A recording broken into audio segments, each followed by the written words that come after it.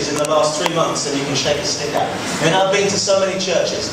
And there is a lot to do with personal piety. How you live your life as an individual. And I'm not here to say that those things aren't important. I think they are. But I'm here to tell you that actually Jesus doesn't focus so much on those things. He focuses on different things. You see, I was always told growing up, these were the things that made you holy. If you didn't drink, okay, then you were pretty holy. If you didn't smoke, then you were pretty holy. And if you didn't have sex, okay, and I mean ever, you could never have sex, okay, then you were maybe holy. Okay, that's what I was taught. But as I grew older and as I grew up, obviously I began to read the Bible again, and I began to rediscover what Jesus was actually saying and what he actually meant by those phrases. Be holy as I am holy. Be perfect as your Father in heaven is perfect. And I discovered that it was something entirely different. There's a great Christian author whose name is Charles Haddon Spurgeon. Anyone heard of him? Yeah. Shame on you if you haven't. Go and Google him later. Charles Haddon Spurgeon, an incredible guy. So just loved God, loved people, loved preaching. He was at the centre of the church. He was so radical.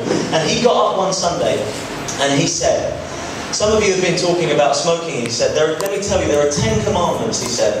And they're difficult enough to keep as they are, without there being another one, thou shalt not smoke. I intend to go home this evening and smoke a cigar to the glory of God. That's what he said. Now, why did he say that? He didn't say it because he believed it was right necessarily. He said it because he believed that actually there were some things that were more important to do with holiness. And then we go and we find Jesus. And what is the first miracle that he does in John? He turns water into wine. Let's read it. Okay? John, thank you. Just testing. Somebody's awake. That's amazing. John chapter 2. I put a little thing in here. It's gone. Oh, there it is.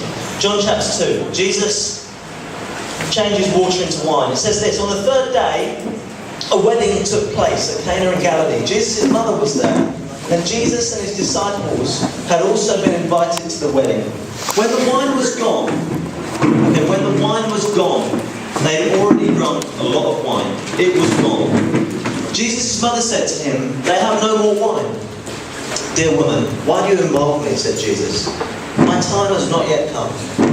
His mother said to the servant, I love that. His mum just ignores Jesus. Who does that? She just ignores him. She says, do whatever he tells you. And then it says, nearby stood 6 stone water jars, the kind used by the Jews for ceremonial washing. These things were huge, each holding from 20 to 30 gallons. Jesus said to the servants, fill the jars with water. So they filled them to the brim. Then he told them, now draw some out and take it to the master of the banquet. They did so. And the master of the banquet tasted the water that had been turned into wine. He didn't realise where it had come from, though the servants who had drawn the water knew. Then he called the bridegroom aside and said, everyone brings out the choice wine first, and then the cheaper wine after the guests have had too much to drink. But you have saved the best till now. This, the first of the miraculous signs Jesus performed at Cana in Galilee. He thus revealed his glory, and his disciples put their faith in him. No wonder they put their faith in him. This guy could turn water into wine. They were excited about that, Isn't it incredible that Jesus does that? And I've heard so many, in England, I've heard so many Baptist ministers try and tell you it was not alcoholic wine, okay, it was schlur. You get that over here? It's like non-alcoholic wine, it's just grape juice. It was alcoholic wine, okay? Jesus was more interested in having a party. He was more interested in celebrating. He was more interested in saying, the kingdom of God is here, and the person who's ushering it in is in your midst. And this should be a party. Jesus said, the drinks are on me. And yet for some reason we've said for the last 50 years, you must never touch it. And I say again, we need to put these things into perspective. I'm not saying you should go home and try and turn water into wine and get drunk, okay? I'm not saying those things are necessarily right to do in excess. I'm just saying that Jesus doesn't focus on them and say this is what it means to be holy. He doesn't. So what does he focus on? Well, we're going to talk about that in a minute. Another thing that happened in England, this is probably about I don't know, maybe it was 20 years ago. You know when Christians get really excited about something, they really get behind something, and you know what I love about the Christian faith and Christians is they really get excited about stuff, and when they get passionate about something, they really go for it. Don't you love that about Christians? Yeah, some people do, some not really. No. It's brilliant, and they do it so well. And what happened 20 years ago was Christians got really passionate, got really just so excited about this thing. Do you know what it was? They were writing petitions, they were going crazy, they were talking on the street corners, they were telling everybody, they were telling people. This is what it was. It wasn't homosexuality, it was the zip. You know the invention of the zip on your jeans? They were so against it.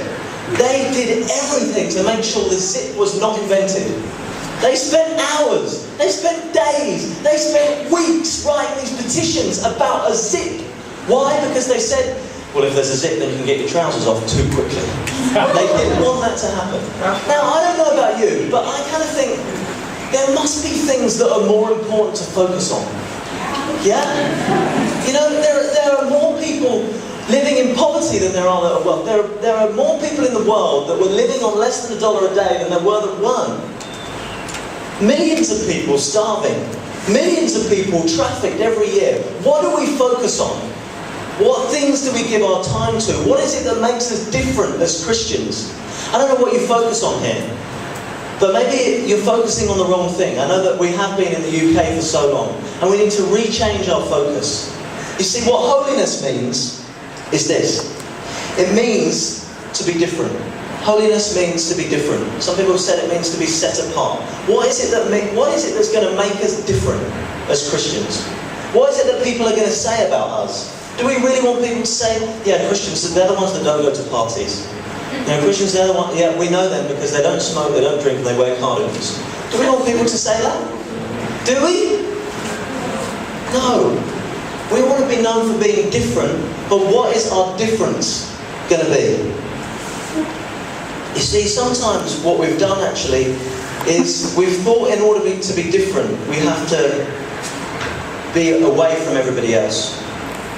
We've thought that in order to be different, we have to not hang out with we've got to not hang out with sinners, not hang out with people who do bad things, not hang out in clubs, not hang out in pubs, not hang out here, not hang out there. We've got to be separate from that, and we'll come together in our churches and we'll sing our songs and we'll encourage one another.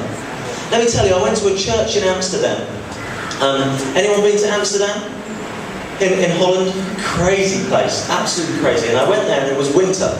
And I went for a friend's wedding who he teaches